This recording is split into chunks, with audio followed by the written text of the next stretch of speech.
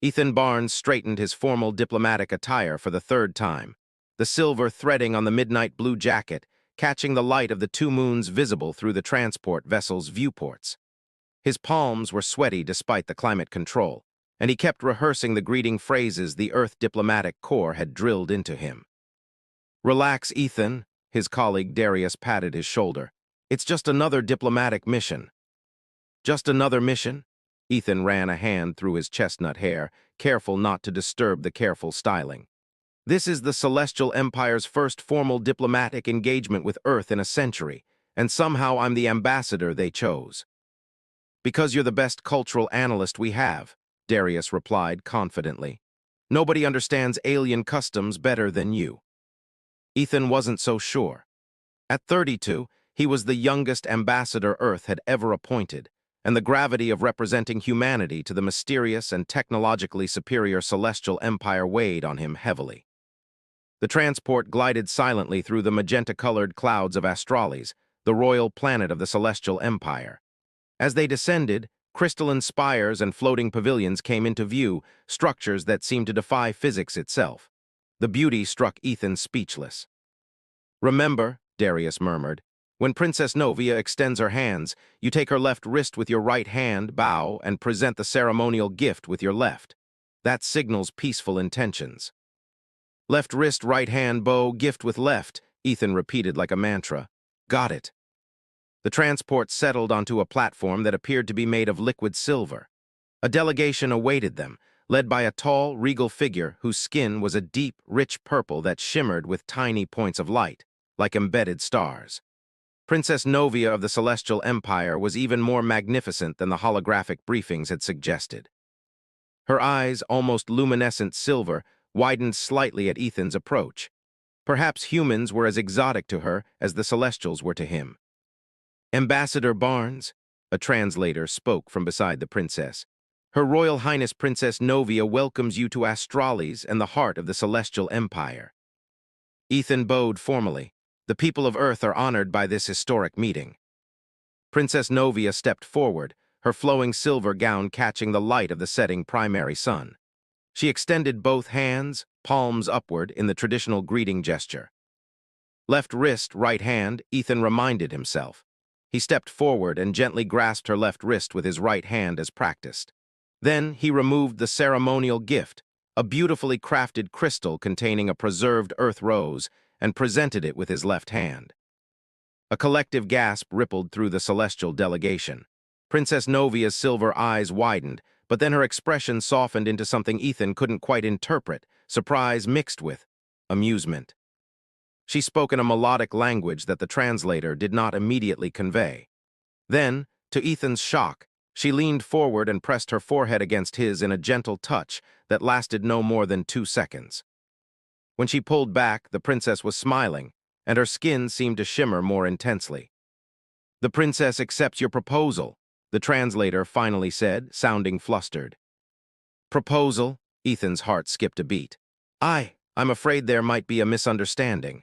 I was performing the greeting ritual as described in our diplomatic briefing." The translator conferred quickly with a celestial official whose blue-tinged skin marked him as a high-ranking court advisor.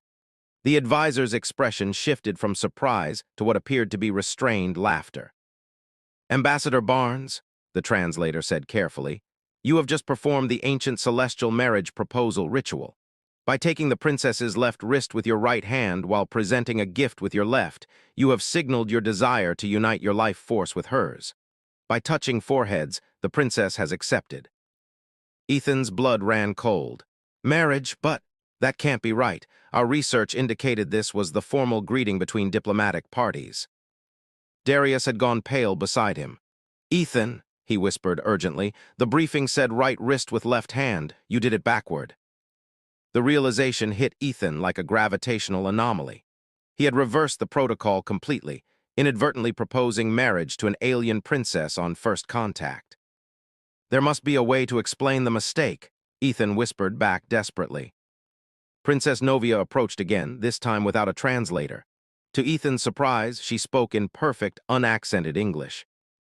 "Ambassador Barnes," her voice was like liquid silver, musical and flowing, Perhaps we should discuss this development in private. 20 minutes later, Ethan found himself in a crystal-walled chamber that overlooked the vast capital city of Astralis. Princess Novia had dismissed all attendants. Even Darius had been escorted to guest quarters. "I understand there has been a misunderstanding," she said, her silver eyes studying him with an intensity that made him both uncomfortable and strangely exhilarated. "Your Highness, I offer my deepest apologies," Ethan began. "I completely reversed the greeting protocol and inadvertently proposed marriage according to our most sacred traditions," she finished for him, a smile playing at the corners of her mouth. "Yes, I realized that almost immediately." "Then why did you accept?" Ethan blurted out, then immediately regretted his boldness. To his surprise, Princess Novia laughed, a sound like wind chimes in a gentle breeze. "Politics, Ambassador Barnes, Ethan," she corrected herself. "I am not unaware of your predicament, but you must understand mine as well. The Celestial Court has been pressuring me to choose a consort for years. Your mistake provides me with an intriguing opportunity." Ethan's diplomatic training kicked in as he analyzed the situation. "You're using this accident to your advantage." She inclined her head, the lights catching the glimmering particles in her purple skin. "Just as I suspect Earth might use it to theirs. An accidental marriage between a human ambassador and the celestial princess. What better way to cement an alliance?" "But marriage it's personal," Ethan protested, though he couldn't help but be impressed by her tactical thinking. "In the Celestial Empire, royal marriages are rarely about personal desire," she replied, moving to a crystalline decanter and pouring 2 glasses of a shimmering liquid. "They are political alliances, strategic moves in the greater game of imperial politics." She handed him a glass, and their fingers brushed briefly. Ethan felt a slight electric tingle where their skin made contact. "The way I see it," she continued, "we have 3 options. First, you could publicly retract your proposal, which would cause you considerable embarrassment and potentially damage Earth's standing with not just our empire, but the entire Galactic Council." Ethan winced. His career and Earth's diplomatic position would both be in jeopardy. "Second," she took a sip of her drink, "we could proceed with the marriage as a purely political arrangement. You would become royal consort, Earth would gain a powerful ally, and I would satisfy the court's demand that I choose a partner." "And the third option?" Ethan asked, finding himself oddly drawn to her directness. Princess Novia's silver eyes met his, and for a moment, Ethan saw something vulnerable behind her diplomatic facade. "We could actually get to know each other," she said softly. "See if there might be more to this accidental connection than mere diplomatic convenience." Ethan took a careful sip of his drink. It tasted like starlight might if it had a flavor, and considered his options. His diplomatic training had never prepared him for anything like this. "What would you prefer, Princess?" he asked finally. "Novia," she corrected. "If we are to be married, even in name only, you should use my name." "Novia," he repeated, liking the way it felt. She turned to gaze out at the cityscape, her profile elegant against the backdrop of crystalline towers and the aurora-like phenomenon that danced across the Astralis sky. "I have had suitors from 100 worlds, Ethan Barnes, princes and potentates who sought my hand for power, for access to our technology, for the prestige of uniting with the celestial bloodline." She turned back to him. "None of them ever looked at me the way you did when our transport landed, with wonder and appreciation for the beauty of our world, rather than calculation of its value." Ethan hadn't realized his admiration had been so transparent. "Your world is breathtaking," he admitted. "As are you," he added before he could stop himself. Instead of taking offense, Novia smiled, a genuine expression that transformed her regal features into something more approachable, more real. "Then perhaps we should explore the third option," she suggested. "A trial period, if you will. You will stay as my guest, or fiancé as far as the court is concerned, and we will discover if there is more to our accidental engagement than diplomatic happenstance."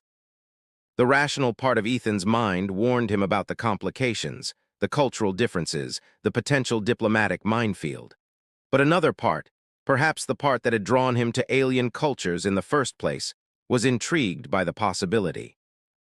"I accept your proposal," he said with a smile, deliberately choosing words that echoed their earlier misunderstanding. Novia laughed again, and Ethan decided it was a sound he wouldn't mind hearing more often. "Then welcome to the Celestial Empire, Ethan Barnes," she raised her glass in a toast. "My accidental fiancé." As they clinked glasses, Ethan couldn't help but wonder what he'd gotten himself into, and why the prospect excited him far more than it should. The royal welcoming ceremony was unlike anything Tavan had ever witnessed. The crystalline grand hall of the Lumerian palace magnified light into dazzling geometric patterns that danced across walls and attendees alike. Dignitaries from across the star system mingled in their finest attire, a kaleidoscope of skin tones and elaborate fashions that made Tavan's formal Earth diplomatic uniform feel woefully plain. "You look lost, Earthman," came a smooth voice beside him. Tavan turned to find himself face to face with a tall, lean figure whose emerald skin gleamed under the crystal lights. His eyes were amber, startling against the green complexion, and his closely cropped hair shimmered with an iridescent quality reminiscent of beetle wings. "That obvious, is it?" Tavan managed a self-deprecating smile. "You're the only one staring at the architecture instead of jockeying for position near the royal entrance." The green-skinned man offered a slight bow. "Jackson Everale, royal advisor to the House of Lumeria, and you must be Tavan Reed, the botanist everyone is whispering about." Tavan's stomach tightened. "Whispering? Why would anyone be whispering about me?" Jackson's expression remained carefully neutral, but his amber eyes studied Tavan with new interest. "You truly don't know? Word travels quickly in the palace. Princess Nishara was seen returning from the sacred meadows at dawn yesterday, and not alone." Heat crept up Tavan's neck. "We were harvesting stellar blooms for research. Nothing improper occurred." "Improper?" Jackson's lips quirked. "By Earth standards, perhaps not. By Lumerian tradition, however, sharing a midnight bloom harvest is significant." Before Tavan could demand clarification, a melodic chime resonated through the hall. The assembled guests parted, creating a pathway from the grand entrance to the raised dais at the far end. "The royal procession begins," Jackson murmured. "We'll continue this conversation later. Do try not to look directly at the king when he enters. It's considered presumptuous." The advisor melted into the crowd, leaving Tavan with more questions than answers and an increasing sense of unease. A series of attendants entered first, their silver uniforms gleaming. Then came various nobles, their status apparent in the increasing complexity of their attire. Finally, the royal family appeared. King Orlan commanded immediate attention, tall and regal, his deep blue skin almost indigo with age, adorned with luminescent patterns that seemed to shift with his movements. Beside him walked Queen Selene, her azure complexion several shades lighter than her husband's, her silver-white hair arranged in an intricate crown of woven braids. And then came Nishara. Tavan's breath caught. The princess wore ceremonial robes of deepest blue, embroidered with what appeared to be actual starlight, thousands of tiny points that twinkled with her every movement. Her galaxy eyes found his across the crowded hall, and for a moment the rest of the gathering seemed to fade away. The sensation reminded him of their shared experience with the stellar bloom, a connection that transcended ordinary awareness. "Botanist Reed," hissed a voice, breaking his reverie. Jackson had reappeared at his side. "You've been summoned." "What, by whom?" "The princess has requested your presence in the receiving line. This is unprecedented for someone of your station." The advisor's tone remained neutral, but tension radiated from his emerald frame. "Follow me, and for the love of the three moons, follow every cue I give you." Before Tavan could protest, Jackson was guiding him through the startled crowd toward the royal family. Whispers followed in their wake. "Bow from the waist when presented," Jackson instructed under his breath. "Address the king as your luminance. Speak only when directly addressed, and whatever happens next, do not appear surprised." They reached the receiving line, and Jackson performed an elegant bow. "Your luminance, may I present Tavan Reed of Earth, the botanical researcher granted scientific exchange privileges." King Orlan's ancient eyes assessed Tavan with cool interest. "The human who shared our daughter's bloom harvest. You've caused quite a stir, Earthling." Tavan bowed deeply, hoping the gesture masked his confusion. "It was an honor I did not expect, your luminance." "Few things about my daughter are expected," the king replied, his tone impossible to read. "She has always followed her own celestial path." Queen Selene's gaze was more penetrating. The flowers reveal truth, botanist. What truths did they show you? Tavan hesitated, feeling the weight of court attention upon him. That connections transcend worlds, your majesty. That understanding requires more than observation. It demands participation. A murmur rippled through the nearby courtiers. The queen's expression softened fractionally. Well answered, she said. Perhaps there is wisdom in my daughter's choices after all. Before Tavan could decipher this cryptic response, Princess Nishara extended her hand. Botanist Reed, would you honor us by participating in the lumination rite this evening? Jackson stiffened beside him. I would be honored, Your Highness, Tavan replied, sensing this was too important to decline, despite having no idea what the rite entailed. Excellent, Nishara said, her galaxy eyes sparkling with what might have been mischief. Royal Advisor Jackson will ensure you're properly prepared. This is madness. Jackson paced the preparation chamber where Tavan was being fitted with ceremonial Lumerian robes, layers of silver-blue fabric that seemed to capture and refract light. The lumination rite is typically reserved for royal betrothal ceremonies. Tavan nearly choked. Betrothal as in marriage. Not necessarily, the advisor hedged, his green complexion darkening with stress. The rite has multiple purposes in our culture. It can formalize various types of bonds, diplomatic alliances, scientific partnerships, mentorships, but when a royal invites a non-royal to participate, he trailed off meaningfully. I need to speak with Princess Nishara immediately, Tavan insisted, fighting panic. There must be some misunderstanding. Jackson shook his head. Impossible before the ceremony. It would cause diplomatic incident now that the court has witnessed the invitation. The Emerald Advisor stopped his packing abruptly, studying Tavan with new intensity. Unless, do you find our princess unworthy of such an honor? Is her azure form displeasing to human sensibilities? What? No, she's the most captivating being I've ever encountered, Tavan blurted before he could stop himself. But I'm just a botanist, not a diplomat or... Yet you shared soul sight with her during the bloom harvest, Jackson interrupted. Do you understand what that means to Lumerians? Our kind does not experience such connections lightly. When the princess invited you to that ritual, she was already testing your compatibility. Tavan sank onto a nearby bench, his mind reeling. She didn't explain. I had no idea. For the first time, Jackson's expression softened with something like sympathy. Princess Nishara has always been unconventional. The pressures of royal succession weigh heavily upon her. Perhaps she saw in you a freedom her position rarely allows. What happens in this lumination rite? Tavan asked, resigned. You will stand within the sacred circle while the three moons align, Jackson explained, resuming his professional demeanor. The princess will offer you the vessel of stars, containing essence of stellar bloom. If you accept and drink, your life forces temporarily merge, revealing to all witnesses whether your energies are harmonious. And if they are, then the nature of your bond will be formalized according to its true essence, whatever that may be. Jackson adjusted Tavan's ceremonial collar. If they are not, the rejection can be unpleasant. Physically, emotionally, Lumerians experience rejection at a cellular level. It would cause the princess great pain and public humiliation. The advisor's amber eyes bored into Tavan's. So I ask you plainly, what are your intentions toward Princess Nishara of Lumeria? The question caught Tavan off guard with its directness. What were his intentions? He barely knew the princess, and yet their connection during the bloom harvest had revealed something profound, a resonance he couldn't deny. I admire her, he admitted. I feel drawn to her in ways I can't fully explain, but I don't know if that's enough basis for whatever bond this ceremony might create. Jackson's stern expression relaxed marginally. An honest answer at least, perhaps that's a start. He checked the chronometer on the wall. The moons align in 30 minutes. We must proceed to the celestial chamber. The celestial chamber took Tavan's breath away. Located at the palace's pinnacle, its transparent dome offered an unobstructed view of Lumeria's night sky, where the three moons were gradually approaching alignment.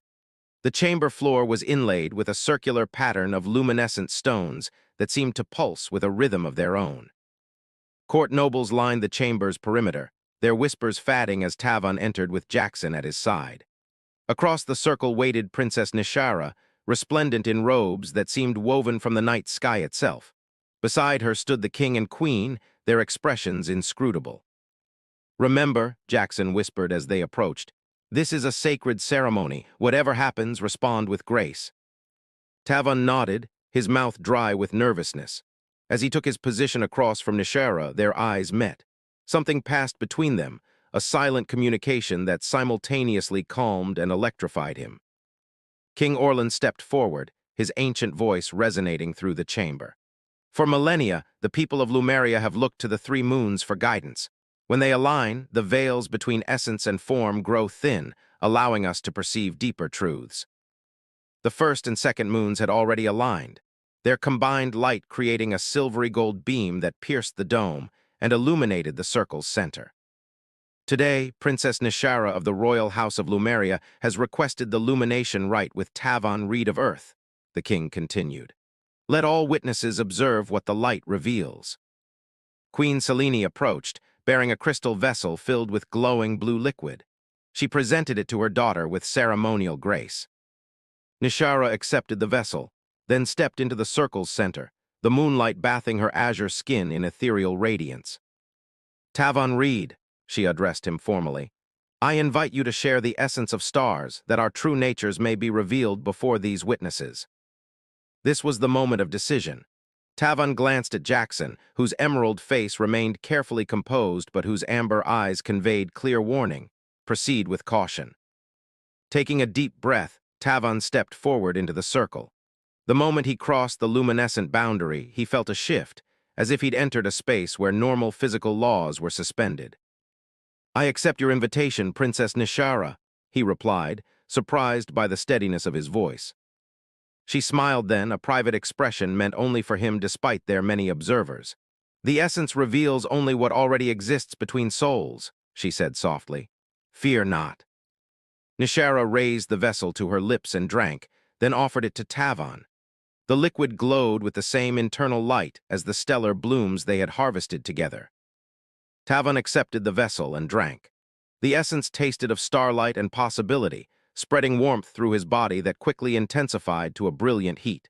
He gasped as awareness expanded beyond his physical form, and suddenly he could perceive Nishara's essence intertwining with his own, a dance of complementary energies forming patterns of extraordinary complexity and beauty. The third moon slid into perfect alignment. A beam of triple-hued light struck the center of the circle where they stood. Gasps erupted from the assembled court as the light refracted through their connected energies, projecting intricate, swirling patterns across the chamber walls, silver, blue, and gold intertwining in harmonious designs that pulsed with life. "The pattern of celestial union," Queen Selene's voice cut through Tavan's expanded awareness. "Not seen in 3 generations." King Orlan stepped forward, his expression a mixture of surprise and resignation. "The moons have spoken. The bond is recognized." Jackson's face had gone pale beneath his emerald complexion.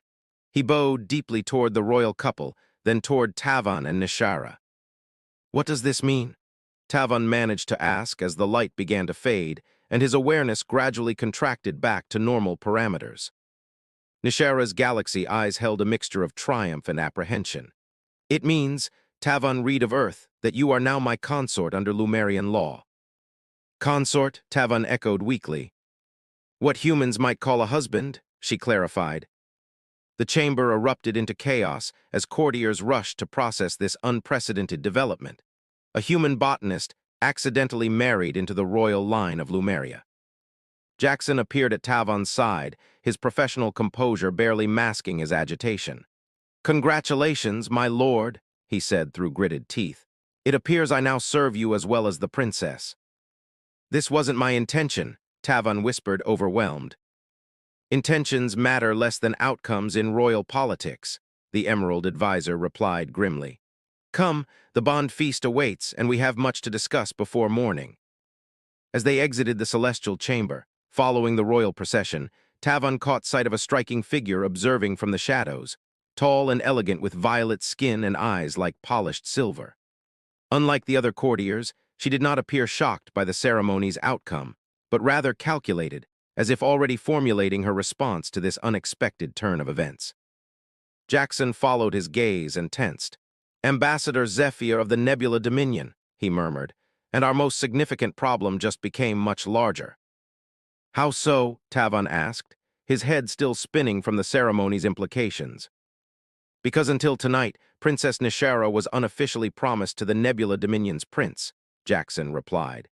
Ambassador Zephyr has been negotiating that alliance for 3 cycles. Now her diplomatic masterpiece has been undone by a human botanist and some glowing flowers. Across the chamber, the purple-skinned ambassador's silver eyes met Tavan's. Her lips curved into what might have been a smile, but contained no warmth whatsoever. "Welcome to royal politics, my lord," Jackson sighed. "Your scientific expedition has just become considerably more complicated." Dawn's light filtered through the crystalline walls of Tavan's new chambers, refracting into rainbow patterns across the luxurious furnishings. He sat on the edge of an elaborately carved bed, staring at his reflection in a mirror of polished selenite. The same face looked back at him, dark hair still disheveled from restless sleep, brown eyes shadowed with confusion, yet everything else had changed overnight. A chime at the door preceded Jackson's entrance. The emerald-skinned advisor carried a tray of exotic fruits and what appeared to be steaming blue tea. "Good morning, Lord Consort," he announced with impeccable formality, though Tavan detected a trace of irony beneath the title. "I trust you slept well after yesterday's unexpected developments."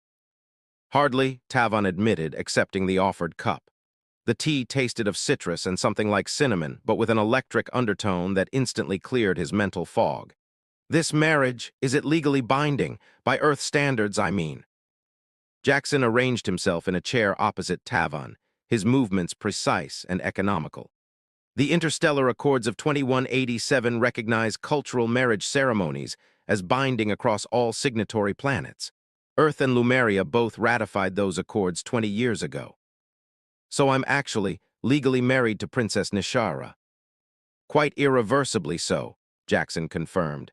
"The lumination rite, once completed with compatible essences, cannot be undone. It is considered among the highest forms of union in our culture." Tavan set down his cup, mind racing. "I was here to study plants. Now I'm— What exactly, Prince Consort? What does that even mean for a human on Lumeria?"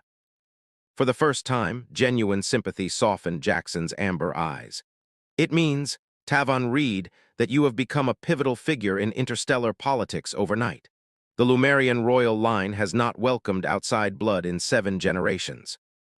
"Nishara planned this," Tavan realized aloud. "She knew what would happen when she invited me to harvest those flowers when she requested the ceremony." "The princess has always possessed remarkable foresight," Jackson acknowledged diplomatically. "But I suspect even she couldn't predict the intensity of your compatibility.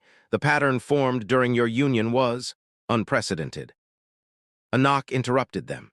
Without waiting for acknowledgement, the door swung open to reveal Princess Nishara herself, dressed more simply than the previous night in flowing robes of pale blue that complemented her azure skin. Jackson immediately rose and bowed deeply. Tavan, uncertain of proper protocol between married royals, awkwardly followed suit. "Please, none of that," Nishara said, waving away the formality. "At least not in private." Her galaxy eyes sought Tavan's with a mixture of confidence and vulnerability that made his heart skip. "I hoped we might speak alone, husband." The word sent a shock through Tavan's system. Husband. He'd never imagined marrying at all, let alone becoming the consort to an alien princess. "Of course," Jackson smoothly interjected. "I shall await outside to escort you both to the morning audience, where the court expects a formal presentation of the new royal consort." When the advisor had departed, silence stretched between Tavan and Nishara. She moved to the window, sunlight illuminating the subtle patterns on her blue skin. "You're angry," she observed without turning. "Confused," Tavan corrected. "You didn't explain what sharing the bloom harvest meant. You didn't warn me about the lumination rite's significance." "Would you have participated if I had?" Her question hung in the air, direct and challenging. "That should have been my choice to make." Nishara turned now, her expression somber. "You're right. I owe you that admission, at least." She moved closer, her natural grace making even this simple action appear choreographed. "I was selfish, Tavan Reed. I saw in you something I had never encountered in the calculated political matches arranged for me: genuine wonder, openness to discovery, and a spirit unconstrained by courtly machinations." "So you trapped me in a royal marriage?" Despite his frustration, Tavon couldn't summon true anger when faced with her direct gaze. "I invited possibility," she countered.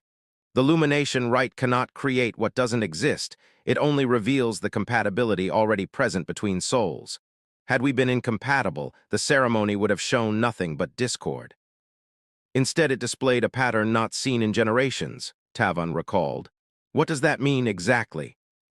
A smile transformed Nishara's features, her galaxy eyes sparkling. "It means our union has remarkable potential, not just personally, but for our worlds."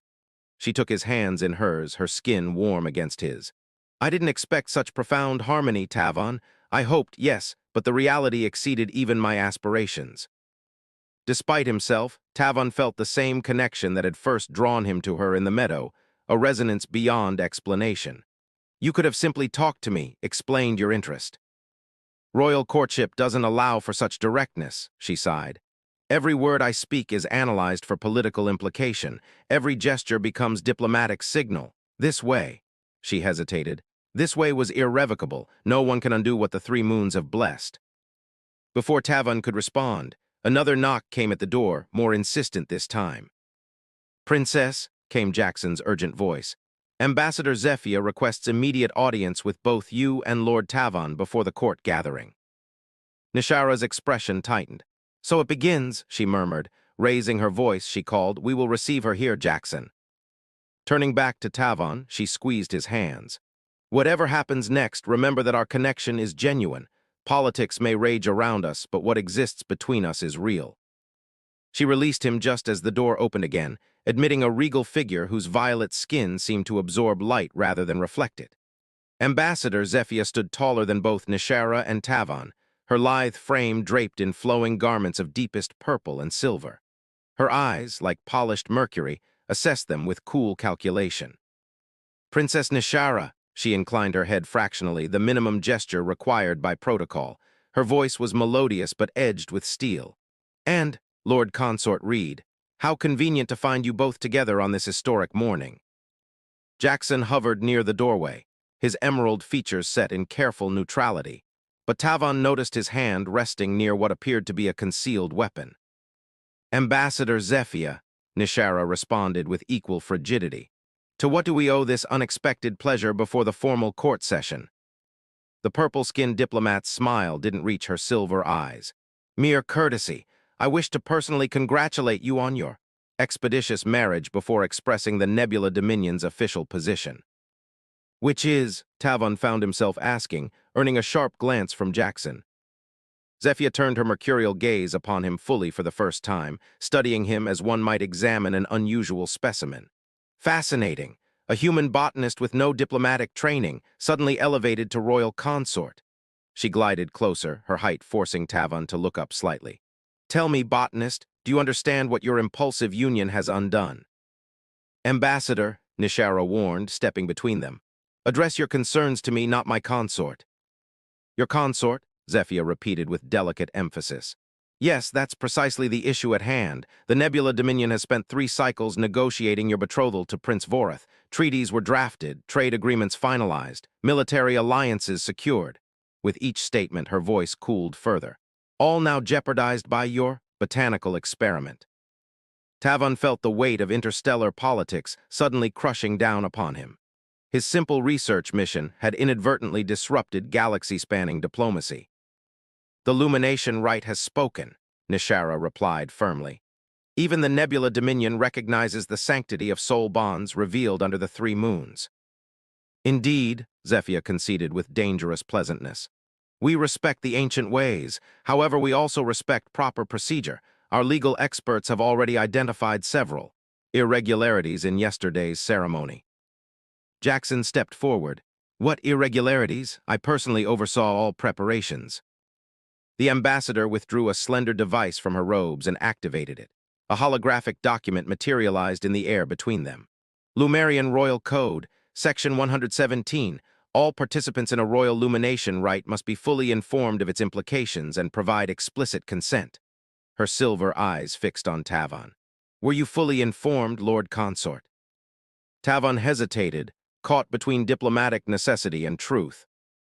"Additionally," Zephia continued before he could respond, Section 129 requires royal marriage candidates to undergo genetic compatibility assessment before ceremony.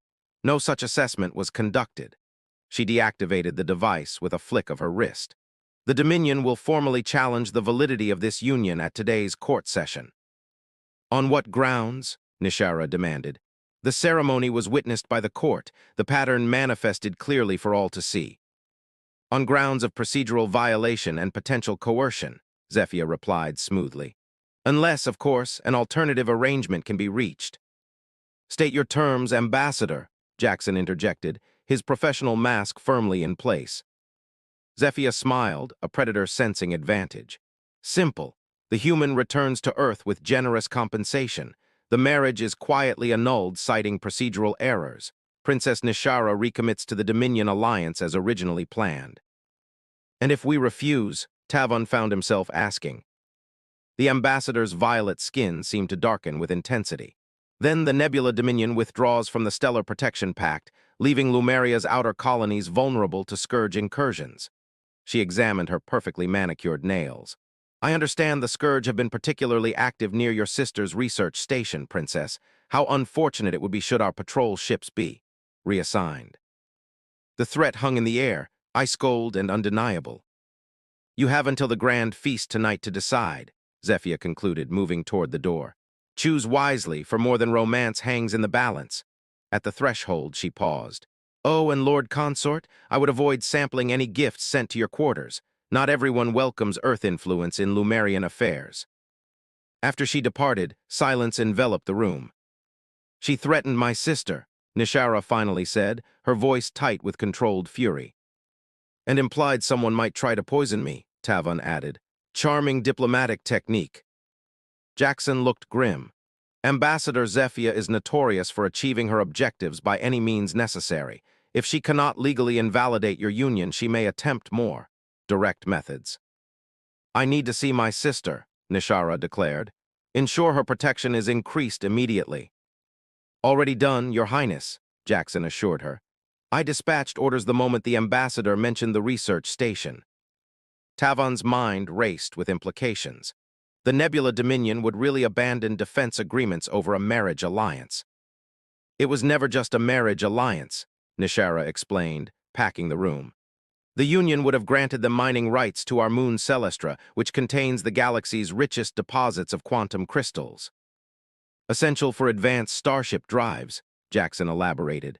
Currently, Lumeria controls access to 80% of known deposits. Understanding dawned. So this isn't about diplomatic bonds at all, it's about resources. Politics usually is, Nishara confirmed bitterly. My marriage to Prince Vorath would have given the Dominion preferential access without appearing as a naked resource grab. Tavon absorbed this information, the scientist in him automatically analyzing the problem. If it's about resource access, surely there's some compromise position. Could Lumeria offer the Dominion limited mining rights without the marriage alliance? Jackson and Nishara exchanged surprised glances. An interesting proposition, the Emerald advisor mused. Not standard diplomatic procedure, but perhaps. It wouldn't address the public loss of face, Nishara pointed out. The Dominion announced the prospective alliance throughout their territories. So give them something else publicly valuable, Tavon suggested. My research, the stellar blooms have medical properties that could revolutionize neurological treatments. Offer the Dominion first access to develop treatments. For the first time since the ambassador's visit, hope flickered in Nishara's galaxy eyes. A joint research initiative between Lumeria and the Dominion with Earth Scientific Consultancy. Using Lumerian plants but Dominion medical facilities, Jackson continued, warming to the concept. Their medical technology is unparalleled. It could work, Nishara breathed. Jackson, draft a preliminary proposal immediately. We'll present it during today's court session before Zephyr can lodge her formal challenge. The advisor bowed and hurried from the room, newfound purpose in his step. Alone again, Nishara turned to Tavon with wonder. You approached this as a scientific problem to solve, not a political battle to win. I'm a botanist, not a diplomat, he replied with a slight smile. I look for symbiotic relationships, ways different organisms can benefit each other. Perhaps that's exactly what interstellar politics has been missing. She stepped closer, the earlier tension between them temporarily set aside by their shared purpose. This morning, I asked you to remember our connection is real. Now I'm asking if you're willing to fight for it. The question hung between them, not just about their unexpected marriage, but about the possibility it represented. Could a human botanist and a Lumerian princess forge something meaningful from an accidental union? I'm not walking away, Tavon decided. Not from the most fascinating discovery of my life. Nishara's smile was like dawn breaking. Then let us face the court together, husband. We have much to teach them about unexpected compatibility. The grand court chamber hummed with anticipation. Hundreds of nobles from across the star system had gathered for this unprecedented session, their varied skin tones creating a living tapestry against the crystalline architecture. At the chamber's front, King Orlan and Queen Selene sat upon luminescent thrones that seemed carved from solidified starlight. Tavon stood beside Nishara at the entrance, dressed in formal consort regalia that Jackson had somehow acquired overnight. Midnight blue with silver accents that complemented the princess's attire while marking him as distinct from the royal bloodline. Remember, Jackson murmured nearby, walk 3 paces behind the princess until you reach the central star pattern, then move to her right side. Bow to the king and queen from the waist and speak only when directly addressed. Anything else I should know before we face the political equivalent of a supernova? Tavon whispered back. Just one thing, the Emerald advisor replied with unexpected sincerity. Ambassador Zephia will attempt to provoke you. Royal composure is considered proof of worthiness. No matter what she says, control your reactions. A melodic chime signaled their entrance. Conversation ceased as all eyes turned toward them. Princess Nishara of House Lumeria and Lord Consort Tavon Reed of Earth, announced the court herald, his voice resonating through the vast chamber. They processed forward exactly as Jackson had instructed, feeling the weight of hundreds of evaluating stares. Near the front, Ambassador Zephia stood with her Dominion delegation, her violet skin luminous against her silver ceremonial armor, her mercury eyes tracking Tavon's every movement. When they reached the thrones, Tavon executed a careful bow alongside Nishara. Rise, King Orlan commanded. The court recognizes the union blessed under the 3 moons and welcomes Earthborn Tavon Reed into the royal house of Lumeria. Murmurs swept through the assembly, some approving, others clearly skeptical. Queen Selene raised a graceful hand for silence. However, we also acknowledge the formal concern registered by the Nebula Dominion regarding procedural aspects of yesterday's ceremony. Ambassador Zephia stepped forward, her movements fluid and precise. Your luminances, esteemed court members, delegates of the allied worlds, the Nebula Dominion values our long friendship with Lumeria above all else. It is out of respect for your ancient laws that we must highlight serious concerns regarding yesterday's lumination rite. She gestured toward Tavon with elegant dismissiveness. The human participant was not properly informed of the ceremony's significance, a clear violation of Sacred Protocol Section 117. Additionally, no genetic compatibility assessment was conducted as required by Royal Code Section 129. The ambassador's voice carried perfectly through the chamber. We therefore formally request nullification of the ceremony and restoration of the previously negotiated alliance between our realms. Whispers erupted throughout the court. Tavon maintained his composure, though his heart raced. Everything depended on what happened next. King Orlan leaned forward slightly. Ambassador Zephia speaks of procedural matters, which indeed have their place. Yet all witnessed the celestial pattern formed when the 3 moons aligned, a pattern of rare harmony not seen in generations. Would the Dominion have us disregard the will of the cosmos for the sake of documentation? Zephia's silver eyes narrowed fractionally, the only indication that the king's question had struck home. The Dominion reveres cosmic harmony, your luminance. We simply question whether the observation was properly conducted according to sacred tradition. Perhaps, Queen Selene interjected smoothly, we might consider a path that honors both tradition and future prosperity. This was the opening they had prepared for. Nishara stepped forward, her posture regal and assured. With the court's permission, we propose an alternative that serves all our peoples. At the king's nod, she continued. The House of Lumeria formally offers the Nebula Dominion preferential partnership in developing medicinal applications of the stellar bloom, specifically targeting neural regeneration treatments using Dominion medical facilities and expertise, with scientific consultation from Earth. A buzz of excitement rippled through the assembly. The stellar bloom's healing potential was legendary but largely unrealized due to Lumeria's protective policies regarding the sacred flowers. Additionally, Nishara continued, we propose limited mining access to Celestra's northern quadrant, with fair profit-sharing arrangements to be negotiated forthwith. Ambassador Zephia's composed expression flickered with surprise. Clearly, she hadn't expected such a substantive counteroffer. These are interesting proposals, Princess. However, they do not address the matter of your prior commitment to alliance through union with Prince Vorith. Now Tavan stepped forward, drawing on all his scientific training to project calm authority. If I may address the court. A hush fell as the assembled dignitaries leaned forward, curious to hear the human consort speak for the first time. The Lumination rite revealed a natural compatibility between Princess Nishara and myself, a compatibility that serves as foundation for a new kind of alliance.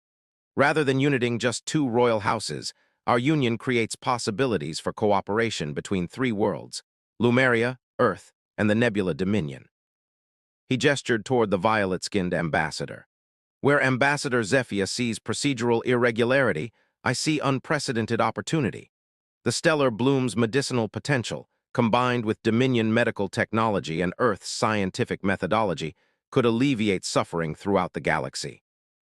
Tavan took a calculated risk, stepping closer to Zephia. Is that not a more meaningful legacy than adhering to traditional diplomatic arrangements? Can we not forge new paths of cooperation that benefit all our peoples? The court held its collective breath as Ambassador Zephia regarded Tavan with unreadable mercury eyes. The silence stretched almost to breaking point before she finally spoke.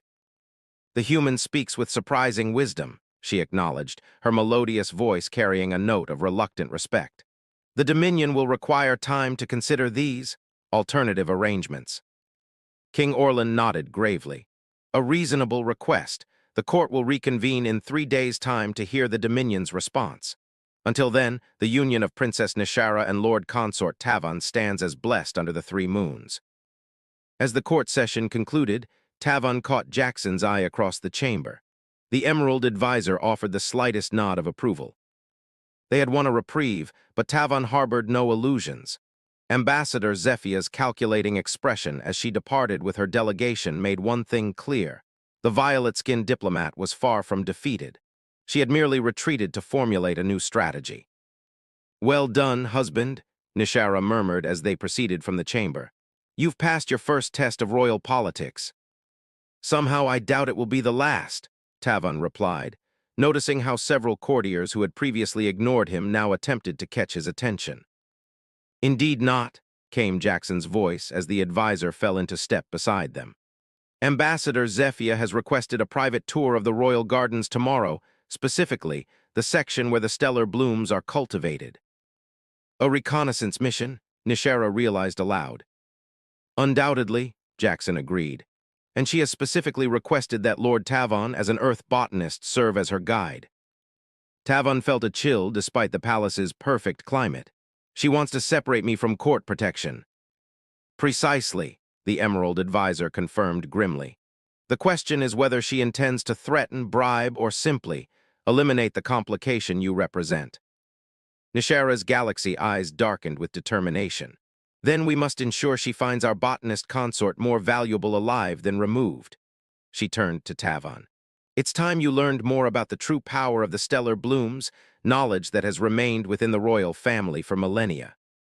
What knowledge? Tavan asked, scientific curiosity immediately piqued. The flowers don't just reveal truth or heal neural pathways, Nishara explained in a lowered voice.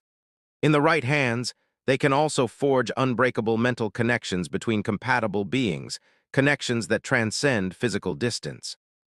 Soul tethering, Jackson elaborated quietly, the most closely guarded secret of the royal house. As they spoke, none of them noticed the small hovering drone following at discreet distance, its violet casing blending with the palace shadows. Its recording sensors focused intently on their conversation.